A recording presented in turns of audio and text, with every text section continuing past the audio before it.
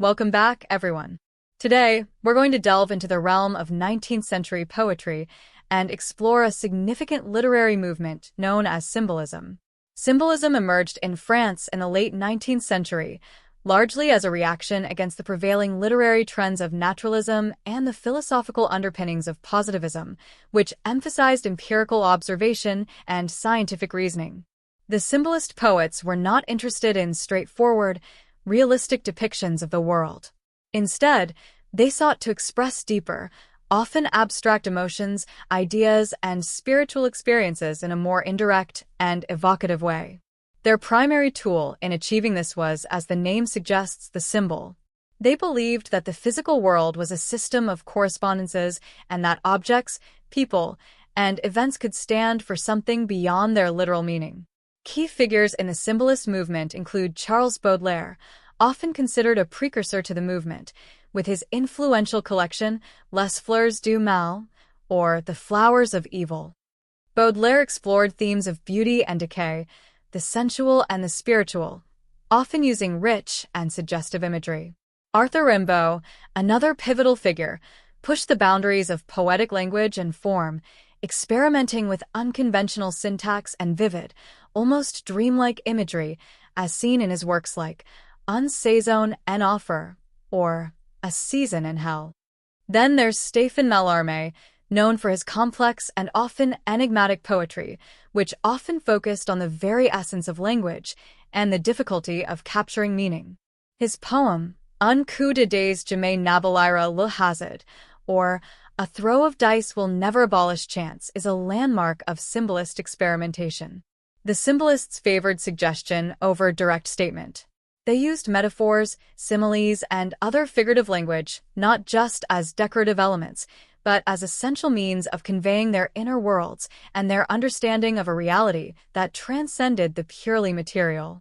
Music and sound also played a significant role in their poetry, with many symbolists striving for a musicality in their verse that would further evoke feeling and atmosphere.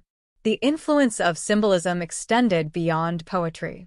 It had a profound impact on other art forms, including painting and music, and it paved the way for many of the modernist literary movements of the 20th century. Its emphasis on subjective experience, the power of suggestion, and the exploration of inner states continues to resonate in literature today, making symbolism a truly enduring and significant force in literary history. 1. What is the main focus of the lecture?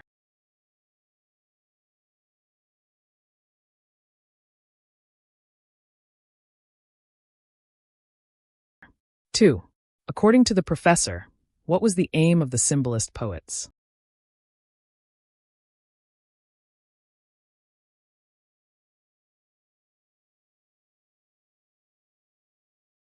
3.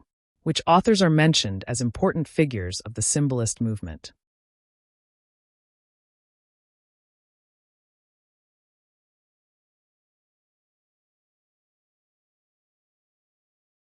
4. What characteristic of symbolist writing is emphasized by the professor?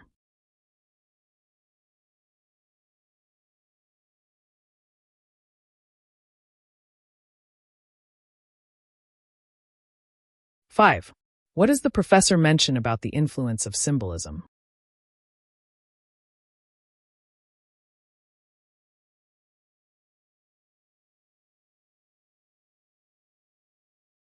6. What is the professor's overall tone when speaking about symbolism?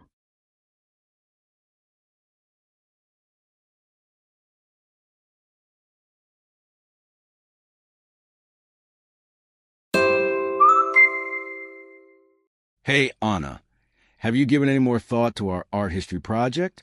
It's due next week, and we still haven't nailed down a topic. Oh, hey, Carlos. Yeah, I've been thinking about it. Remember how we both found the Impressionist movement really interesting in Professor Davies' lectures? Yeah, I did enjoy that. The way they captured light and movement was fascinating. So, you're thinking we should focus on Impressionism? I think it would be a good choice. There's a lot to explore, and we both seem to have a bit of a foundation already. But you're right, we need to narrow it down to a specific aspect. Exactly. Just impressionism is way too broad for a project of this size. Any ideas on what specific angle we could take? Well, I was reading something the other day that sparked an idea. It was about the rise of photography in the 19th century and how it might have influenced the Impressionist painters. Think about it. Suddenly, there was a new way to capture a fleeting moment, a realistic image. I was wondering if we could explore how this new technology influenced the way Impressionist artists saw and then depicted the world around them. Maybe how it freed them up to focus on other aspects like light and color, rather than just trying to create a realistic representation. That's actually a really interesting angle, Anna. I hadn't really thought about the connection between photography and Impressionism. It makes sense, though. The timing lines up. So, we could look at how specific photographic techniques, or the very existence of photography, might have shaped the Impressionist style. Exactly. We could research some of the early photographers and compare their work to Impressionist paintings. We could look at things like composition, the capturing of movement, and how both art forms dealt with light. Okay, I like that idea. It's focused enough, but still has a lot of potential for interesting research. So, how should we divide the work?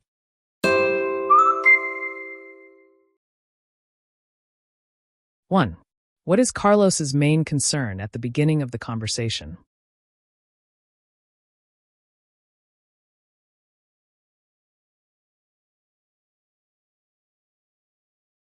Two, which art movement does Anna suggest as the focus for the project?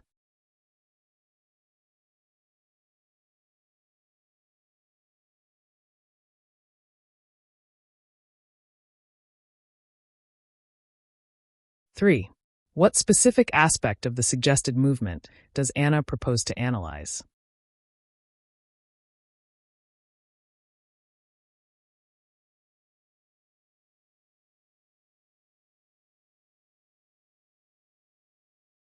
Four, how does Carlos react to Anna's suggestion?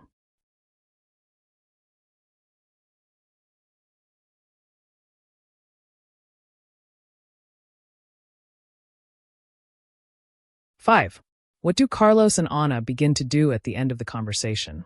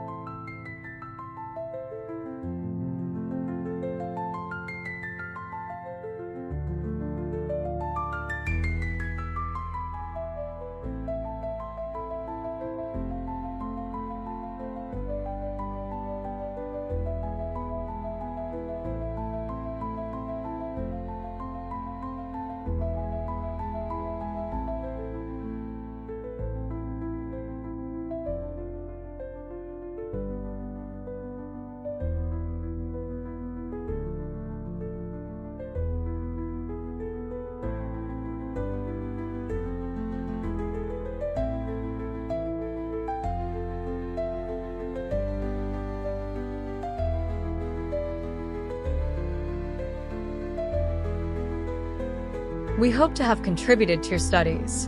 As a token of gratitude, you could please like this video, share it, and subscribe to our channel, as well as leave your comments in case of questions. Good luck, and see you soon.